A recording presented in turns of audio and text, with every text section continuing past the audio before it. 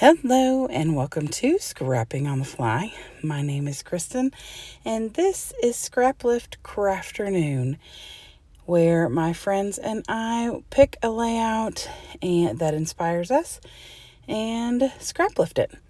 So here is the scrap lift that we picked this week. I think Anna picked it actually, and it is by Liz Hays Ketter. And that was for Scrap Timber this past month. And I'm going to scraplift this, or scrapbook, this picture of my mom and my dad's best friend, Jimmy. And I'm pretty much following her stuff to a T. Busy background in black and white, black, matte around the picture. It might be the closest I've done to following a scrap lift. And I'm going to use these Amy Tangerine thickers that are from a picnic at the park, I think. And then I have these pretty little studios. I think it's Whimsical. And I'm going to use those for these little banners and tags and things like that. And then I'm going to use that Amy Tangerine thickers for the all the word phrases. It looks like she's got tags and ephemera, but I'm trying to get some of these thickers used up that I've had. So then I have this stamp right here. I got it off Amazon, so I don't know who created it, but I'm going to use that. And then this Tim Holtz collection stencil, and then I have those the circle punches, and then I'm going to use salvage patina, broken china, and then the black soot for my stamp. So I have all of this fabulous stuff, this awesome sketch. So let's see how this goes. So the first thing that I am going to do is, first I'm going to say that I'm sorry I'm a little disheveled because I thought I had done this voiceover and hadn't. And so it's Sunday morning. I just got out of church. I'm sitting in my car. So there's a first for everything. I am usually the last one to get things loaded up, but this is about as last minute as I've ever done. So I'm going to start with putting this Tim Holtz stencil sideways, and I start with the broken china, and I'm just going to kind of make a little upside down V, because I don't want it to be squared off or anything. I want it to have some curve and dimension, but I also want to add different colors and get a little bit of a different feel. So I'm going to take the stencil and turn it on its side and go around that way. So you're going to miss out on that middle part will be covered with my picture. And then I'm going to take my black soot. I didn't even put this on a stamping block. I just left it on the backing that it came on. And because I went in straight on with my ink pad, there is more of a squared off look here. I'm going to fix that for the most part. Had I thought about that, I would have used a dauber, because then it would have been rounded, but I'm just going to kind of play around until I feel more happy. So I start twisting instead of flat putting it down, because I don't want those rough edges. I kind of wanted it to be curvy and stuff, which is why I use this. It's called clouds, but I feel like it's like rainbows as well, depending on the way you put it. Put it one way, it's a rainbow. The other way, it's cloud, right? So plus a lot of this is going to be covered with some embellishments in the picture. So then I do a rough stenciling around, or a rough fussy line around, just like she has, or general similar to what she has on hers. And I love doing that because then I don't have to worry about it being straight and getting a ruler out and all that. And then she has some round elements in hers. So I took this scrap of paper from I think it was a Recollections collection that I have pretty much bashed, and all I have left are a few strips and some cut aparts. And since this was black and white, I thought I would put these down because it would give that same, bring the black and white from the background into the front. So I'm kind of just putting them in places where I want them. Nothing is attached down. So I finally attach my picture down, but leave the sides loose so I can tuck things. And those 2 circles are now attached as well.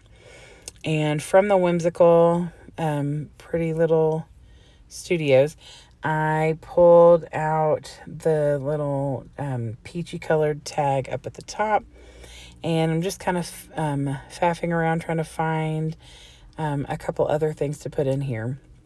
Normally I cut a lot of that stuff out, but so I've put a couple up at the top and one at the bottom, and now I'm going to start pulling off the embellishments from this Amy Tangerine that I think will work well with this picture. So this first one says something about a sweet memory, such sweet moments, or something like that. My dad's best friend had just come into town at the end of July and came over to hang out with my family. Him and my brother-in-law were planning another trip to to Canada for fishing, and so we all decided that we would get together and make a meal of it and get and see each other, because he lives about an hour and a half away, and nobody really gets out that much since the pandemic. So, and they are in their late 70s. Not that that matters, because they're pretty young, spry chickens, in my opinion. So I added this one, Picture Perfect, over there on the right. And I have a couple other ones that I definitely wanted to use on here. But I want to make sure that I am putting them in places where they are kind of fitting with her layout, where she had like some cut aparts or some embellishments. So I decided to bring in some more circles, but I didn't like drowning out with all the black and white. So I took the circles and just drug them across my ink pads, the Broken China and the, what was the other one that I used you on? Broken China and Savage Patina. Oh gosh. And so I just kind of like put them down and patted them down so they would get some of that ink on there. That's why I'm using the tweezers, because they're still wet. So I take this tissue and just kind of push it down. Anywhere I got ink, I just kind of fix that.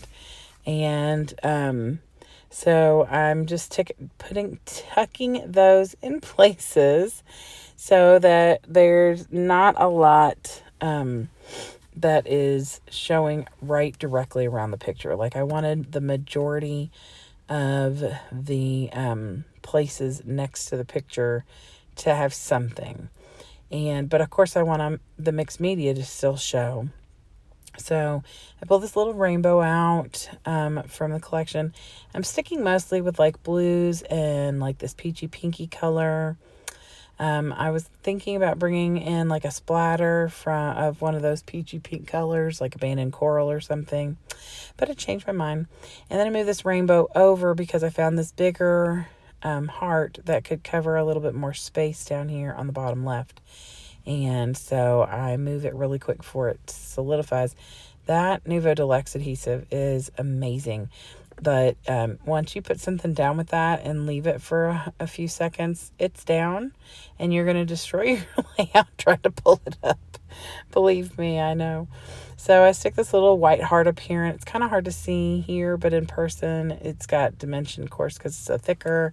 And I add this little heart down, or the little flower down here. It's just giving a little bit more color, like a pop here and there. I love the black and white effect of this. And I loved, like, the picture she used in hers was really cool because it was an up close picture, but this picture I had was in the right format, and it was something I needed to get documented. So I do take the Broken China and ink the edges of my white paper, because when I laid it down on that really busy black and white paper, which came from a Park Lane black and white paper pad, which I have now bashed after another layout after this one. So I felt like it needed a little something to define it. So I put that down, and I love the way it looked. And I was getting ready to do my close-ups and realized even though it's kind of hard to see, she had another sketchy outline on that black and white paper. So I did that as well. And then I think I'm done, and I'm going to bring in the close-ups. I thought about doing some enamel dots. I thought about doing some Nuvo drops, but in the end, I was happy with the way this looked. And so here is the picture. I obviously did not slow down this, so please go check out her. I think she has an Instagram account, and it'll be linked below. And then also go check out all the other amazing ladies who are hopping along with Scraplift Crafternoon. They will be on the playlist listed below as well. Have a great day and happy scrapping.